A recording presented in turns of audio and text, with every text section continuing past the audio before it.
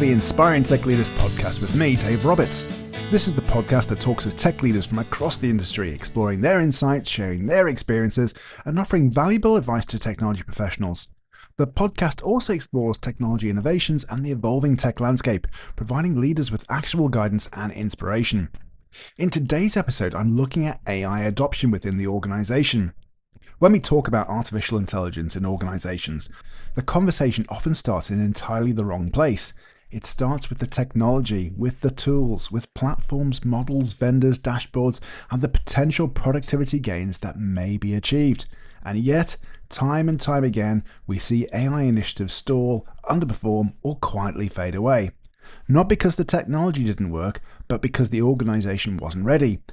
And that's why culture and social adoption are just as important as technology adoption when rolling out AI, and why successful AI programs are always business-led, not technology-led, and always human-centric at their core. Let's be honest for a moment. Most organizations don't fail at AI because they chose the wrong model or the wrong software. They fail because they tried to install AI just as if it were another IT system. Something you switch on, train a few people on it, and expect immediate results. But AI isn't like a new application or system. It changes how work gets done. It changes decision making. It changes power dynamics, roles, responsibilities, and even professional identity. And whenever you change those things, culture becomes the deciding factor. A useful way to think about AI is not as a tool, but as a colleague. A very fast, very capable colleague, but one that still needs guidance, context, boundaries, and trust. And just like any new colleague, how people feel about working with it matters enormously. If people are fearful, skeptical, or disengaged, the best technology in the world won't deliver value. On the other hand, when people feel involved, supported, and confident, even relatively simple AI use cases can have a transformative impact. This is why being business-led rather than technology-led is so important. A technology-led AI rollout usually starts with questions like, what AI tools should we buy? Or how do we integrate this model into our systems? Whereas a business-led approach starts with something entirely different. It asks, what are the problems we're actually trying to solve? Where are people spending time on low-value work? Where are decisions slow, inconsistent, or overly manual? Where is the customer experience falling short? AI then becomes a means to an end, not the end itself. When organizations lead with technology, AI often becomes a solution in search of a problem. You get impressive demos that don't map to real workflows. You get pilots that never scale. You get pockets of experimentation that never quite translate into everyday business value. And crucially, you get employees who feel that AI is being done to them rather than with them. That's where resistance sets in, often quietly through non-use, workarounds, or passive disengagement. A business-led approach, by contrast, naturally brings people into the conversation earlier. It frames AI around outcomes that matter to the organization and to individuals. It positions AI as something that helps people to do their jobs better rather than something that replaces them or judges them. And that framing makes a profound difference to how AI is received. This brings us neatly to culture, which is often spoken about in vague terms, but in context of AI is very important. Culture determines whether people feel safe experimenting, whether they feel comfortable admitting that they don't understand something, and whether they trust leadership's intentions. In low-trust cultures, AI is quickly seen as a surveillance tool, a cost-cutting exercise, or a threat. In high-trust cultures, it's more likely to be seen as an enabler, a support, and an opportunity to work smarter. Psychological safety is absolutely critical here. AI adoption requires people to learn new ways of working, to ask different kinds of questions, and sometimes challenge long-held assumptions about how value is created. If people are afraid of looking foolish, of being judged, or of making mistakes, they simply won't engage. They'll nod along in meetings and then quietly carry on as before. Leaders often underestimate how much reassurance is needed, especially in the early stages. There's also a social dimension to AI adoption that's easy to overlook.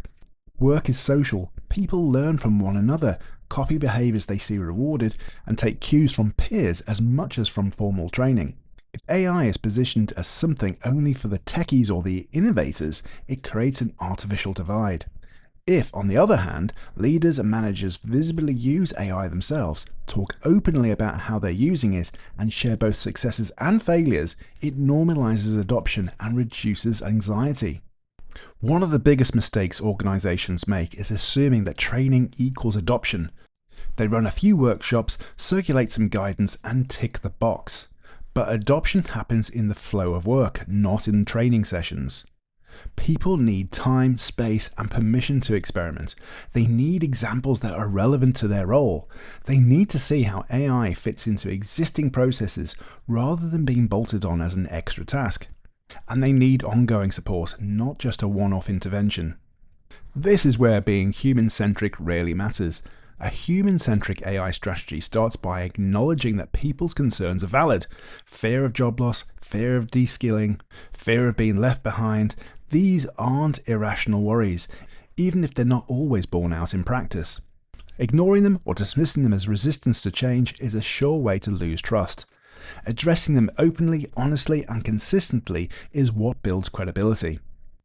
Human-centric also means recognizing that AI should augment human judgment, not replace it wholesale. In many organizations, there's a temptation to treat AI outputs as objective truth. But AI systems reflect the data they're trained on, the assumptions built into them, and the prompts they're given. Empowering people to question, interpret, and contextualize AI outputs is essential.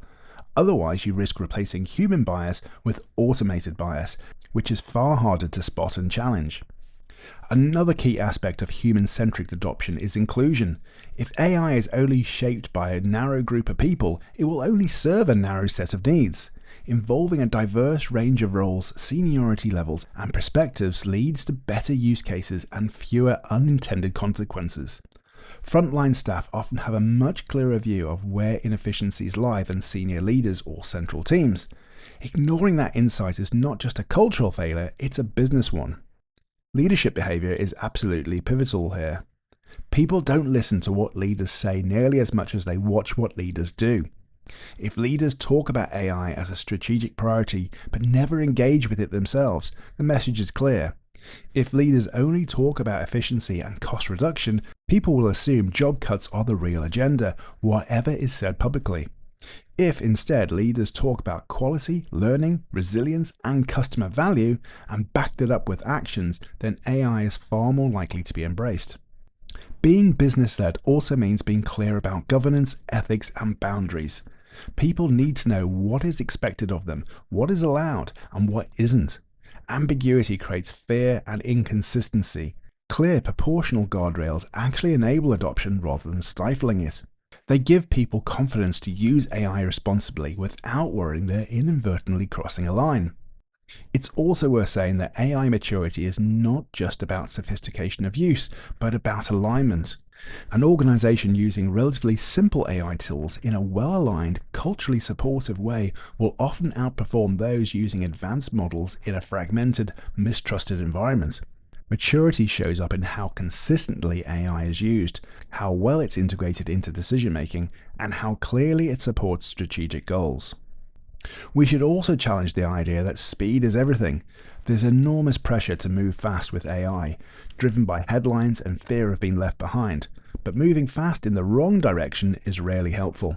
Taking time to engage people, to pilot thoughtfully, to learn what works and what doesn't, is not a sign of weakness. It's a sign of leadership.